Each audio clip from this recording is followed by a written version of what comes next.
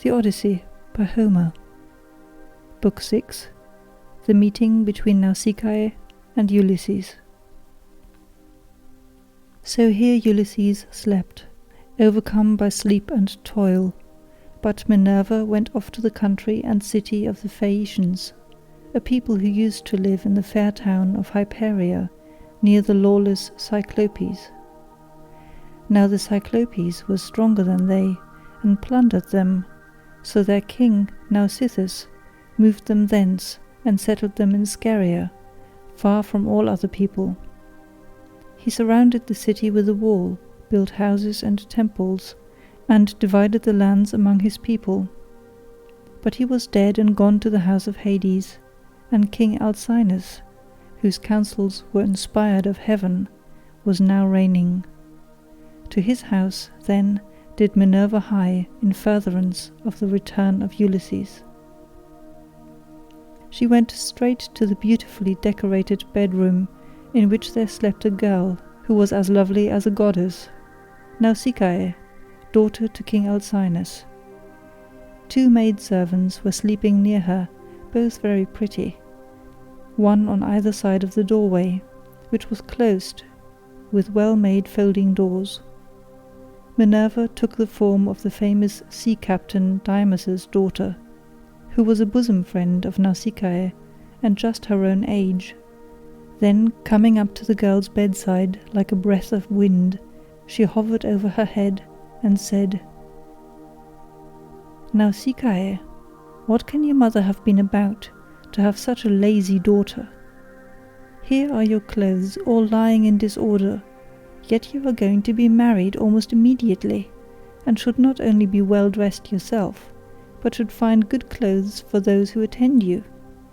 This is the way to get yourself a good name, and to make your father and mother proud of you. Suppose, then, that we make tomorrow a washing day, and start at daybreak. I will come and help you, so that you may have everything ready as soon as possible, for all the best young men among your own people are courting you, and you are not going to remain a maid much longer. Ask your father, therefore, to have a wagon and mules ready for us at daybreak, to have the rugs, robes, and girdles, and you can ride too, which will be much pleasanter for you than walking, for the washing cisterns are some way from the town." When she had said this, Minerva went away to Olympus, which they say is the everlasting home of the gods. Here no wind beats roughly, and neither rain nor snow can fall, but it abides in everlasting sunshine, and in a great peacefulness of light, wherein the blessed gods are illumined for ever and ever. This was the place to which the goddess went when she had given instruction to the girl. By and by morning came and woke Nausicaa, who began wondering about her dream. She therefore went to the other end of the house to tell her father and mother all about it, and found them in their own room. Her mother was sitting by the fireside, spinning her purple yarn, with her maids around her, and she happened to catch her father just as he was going out to attend a meeting of the town council, which the Phaeacian aldermen had convened. She stopped him and said, "Papa dear, could you manage to let me have a good big wagon? I want to take all our dirty clothes to the river and wash them. You are the chief man here, so it is only right that you should have a clean shirt when you attend meetings of the council. Moreover, you have 5 sons at home, 2 of them married, while the other 3 are good-looking bachelors. You know they always like to have clean linen when they go to a dance, and I have been thinking about all this." She did not say a word about her own wedding, for she did not like to, but her father knew and said, "You shall have the mules, my love, and whatever else you have a mind for. Be off with you, and the men shall get you a good strong wagon, with a body to it that will hold all your clothes." On this he gave his orders to the servants, who got the wagon out, harnessed the mules, and put them to, while the girl brought the clothes down from the linen room and placed them on the wagon. Her mother prepared her a basket of provisions with all sorts of good things, and a goatskin full of wine. The girl now got into the wagon, and her mother gave her also a golden cruse of oil, that she and her women might anoint themselves. Then she took the whip and reins and lashed the mules on, whereon they set off, and their hoofs clattered on the road. They pulled without flagging, and carried not only Nausicaa and her wash of clothes, but the maids also who were with her. When they reached the waterside, they went to the washing cisterns, through which there ran at all times enough pure water to wash any quantity of linen, no matter how dirty. Here they unharnessed the mules and turned them out to feed on the sweet juicy herbage that grew by the waterside. They took the clothes out of the wagon, put them in the water, and vied with one another in treading them in the pits to get the dirt out. After they had washed them and got them quite clean, they laid them out by the seaside, where the waves had raised a high beach of shingle, and set about washing themselves and anointing themselves with olive oil. Then they got their dinner by the side of the stream, and waited for the sun to finish drying the clothes. When they had done dinner, they threw off the veils that covered their heads, and began to play at ball, while Nausicaa sang for them. As the huntress Diana goes forth upon the mountains of Taygetus or Erymanthus to hunt wild boars or deer, and the wood nymphs, daughter of aegis-bearing Jove, take their sport along with her. Then is Leto proud at seeing her daughter stand a full head taller than the others, and eclipse the loveliest amid a whole bevy of beauties. Even so did the girl outshine her handmaids. When it was time for them to start home, and they were folding the clothes and putting them into the wagon, Minerva began to consider how Ulysses should wake up and see the handsome girl who was to conduct him to the city of the Phaeacians. The girl, therefore, threw a ball at one of the maids, which missed her and fell into deep water. On this they all shouted, and the noise they made woke Ulysses, who sat up in his bed of leaves and began to wonder what it might all be. "Alas," said he to himself, "what kind of people have I come amongst? Are they cruel, savage, and uncivilized, or hospitable and humane? I seem to hear the voice of young women, and they sound like those of the nymphs that haunt mountain tops, or springs of rivers and meadows of green grass. At any rate, I am among a race of men and women. Let me try if I cannot manage to get a look at them." As he said this, he crept from under his bush, and broke off a bough covered with thick leaves to hide his nakedness. He looked like some lion of the wilderness that stalks about exulting in his strength, and defying both wind and rain. His eyes glare as he prowls in quest of oxen, sheep, or deer, for he is famished, and will dare break even into a well-fenced homestead, trying to get at the sheep. Even such did Ulysses seem to the young women, as he drew near to them all naked as he was, for he was in great want. On seeing one so unkempt and so begrimed with salt water, the others scampered off along the spits that jutted out into the sea, but the daughter of Alcinous stood firm, for Minerva put courage into her heart and took away all fear from her. She stood right in front of Ulysses, and he doubted whether he should go up to her, throw himself at her feet and embrace her knees as a suppliant, or stay where he was and entreat her to give him some clothes and show him the way to the town. In the end he deemed it best to entreat her from a distance, in case the girl should take offence at his coming near enough to clasp her knees. So he addressed her in a honeyed and persuasive language. "O Queen," he said, "I implore your aid, but tell me, are you a goddess, or are you a mortal woman? If you are a goddess and dwell in heaven, I can only conjecture that you are Jove's daughter Diana, for your face and figure resemble none but hers. If, on the other hand, you are a mortal, and live on earth, thrice happy are your father and mother, thrice happy too are your brothers and sisters. How proud and delighted they must feel when they see so fair a scion as yourself going out to a dance. Most happy, however, of all will be he whose wedding gifts have been the richest, and who takes you to his own home. I never yet saw anyone so beautiful, neither man nor woman, and am lost in admiration as I behold you. I can only compare you to a young palm tree, which I saw when I was at Delos, growing near the altar of Apollo, for I was there too, with much people after me, when I was on that journey which has been the source of all my troubles. Never yet did such a young plant shoot out of the ground as that was, and I admired and wondered at it exactly as I now admire and wonder at yourself. I dare not clasp your knees, but I am in great distress. Yesterday made the 20th day that I had been tossing about upon the sea.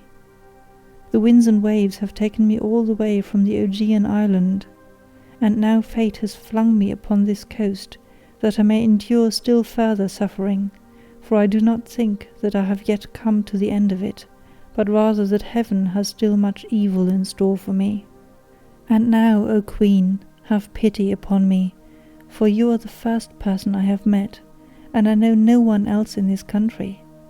Show me the way to your town, and let me have anything that you may have brought hither to wrap your clothes in.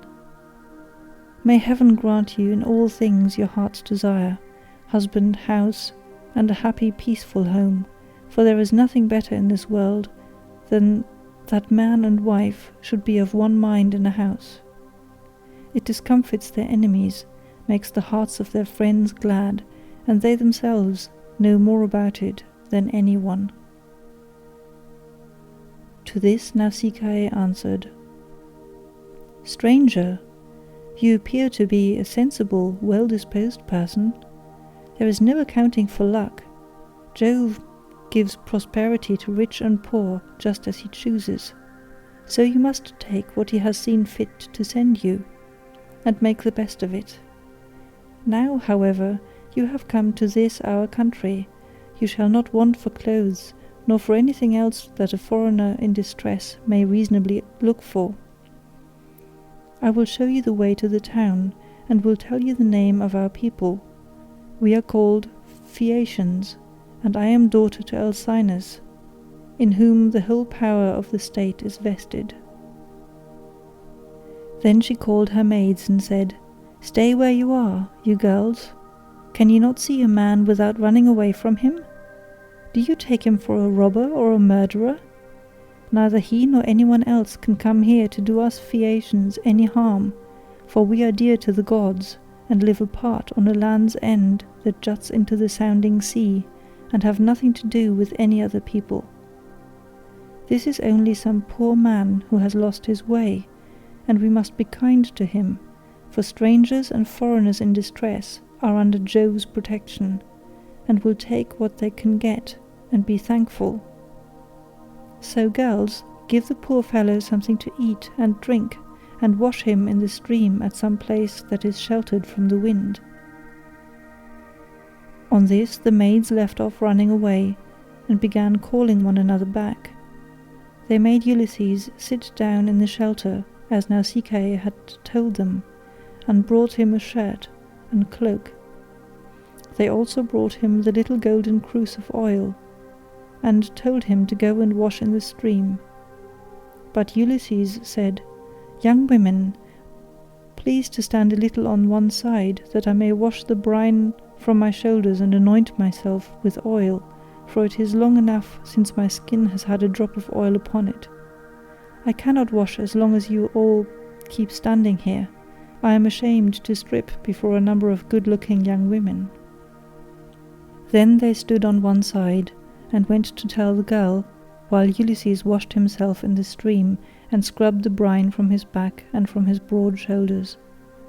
When he had thoroughly washed himself, and had got the brine out of his hair, he anointed himself with oil, and put on the clothes which the girl had given him.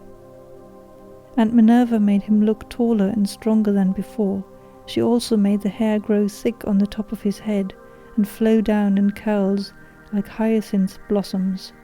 She glorified him about the head and shoulders as a skilful workman who has studied art of all kinds under Vulcan, and Minerva enriches a piece of silver plate by gilding it, and his work is full of beauty.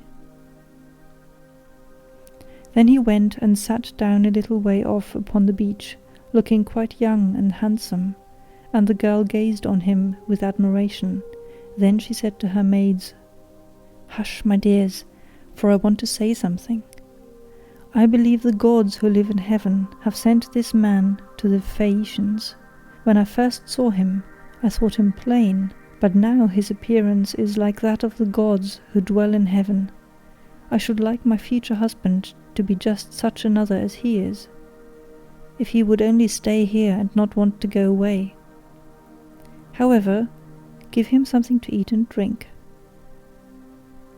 They did as they were told, and set food before Ulysses, who ate and drank ravenously, for it was long since he had had food of any kind. Meanwhile, Nausicaa bethought her of another matter. She got the linen folded and placed in the wagon. She then yoked the mules, and as she took her seat, she called Ulysses. "Stranger," said she, "rise and let us be going back to the town. I will introduce you at the house of my excellent father, where I can tell you that you will meet all the best people among the Phaeacians. But be sure and do as I bid you, for you seem to be a sensible person. As long as we are going past the fields and farmlands, follow briskly behind the wagon along with the maids, and I will lead the way myself. Presently, however, we shall come to the town, where you will find a high wall running all round it, and a good harbour on either side, with a narrow entrance into the city, and the ships will be drawn up by the roadside, for everyone has a place where his own ship can lie. You will see the marketplace, with the temple of Neptune in the middle of it, and paved with large stones bedded in the earth. Here people deal in ship's gear of all kinds, such as cables and sails, and here too are the places where oars are made, for the Phaeacians are not a nation of archers. They know nothing about bows and arrows, but are a seafaring folk, and pride themselves on their masts, oars, and ships, with which they travel far over the sea. I am afraid of the gossip and scandal that may be set on foot against me later on, for the people here are very ill-natured, and some low fellow, if he met us, might say, 'Who is this fine-looking stranger that is going about with Nausicaa? Where did she find him? I suppose she is going to marry him. Perhaps he is a vagabond sailor, whom she has taken from some foreign vessel, for we have no neighbours. Or some god has at last come down from heaven in answer to her prayers, and she is going to live with him all the rest of her life.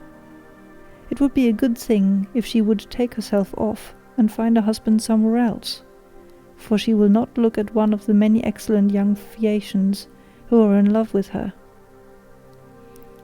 This is the kind of disparaging remark that would be made about me, and I could not complain, for I should myself be scandalized at seeing any other girl do the like, and go about with men in spite of everybody, while her father and mother were still alive, and without having been married in the face of all the world. If, therefore, you want my father to give you an escort and to help you home, do as I bid you. You will see a beautiful grove of poplars by the roadside, dedicated to Minerva. It has a well in it and a meadow all around it. Here my father has a field of rich garden ground, about as far from the town as a man's voice will carry. Sit down there and wait for a while till the rest of us can get into the town, and reach my father's house. Then, when you think we must have done this, come into the town and ask the way to the house of my father, Alcinous. You will have no difficulty in finding it. Any child will point it out to you, for no one else in the whole town has anything like such a fine house as he has. When you have got past the gates, and through the outer court, go right across the inner court till you come to my mother. You will find her sitting by the fire and spinning her purple wool by firelight. It is a fine sight to see her, as she leans back against one of the bearing posts, with her maids all ranged behind her. Close to her seat stands that of my father, on which he sits and topes like an immortal god. Never mind him, but go up to my mother, and lay your hands upon her knees, if you would get home quickly. If you can gain her over, you may hope to see your own country again, no matter how distant it may be." So saying, she lashed the mules with her whip, and they left the river. The mules drew well, and their hoofs went up and down upon the road. She was careful not to go too fast for Ulysses and the maids who were following on foot along with the wagon, so she plied her whip with judgment.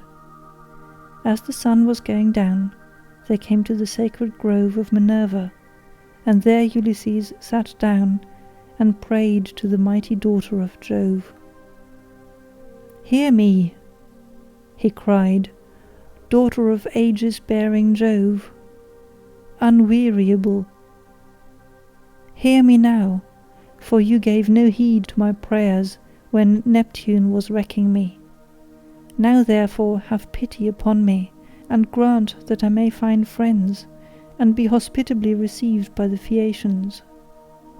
Thus did he pray, and Minerva heard his prayer, but she would not show herself to him openly, for she was afraid of her uncle Neptune, who was still furious in his endeavours to prevent Ulysses from getting home.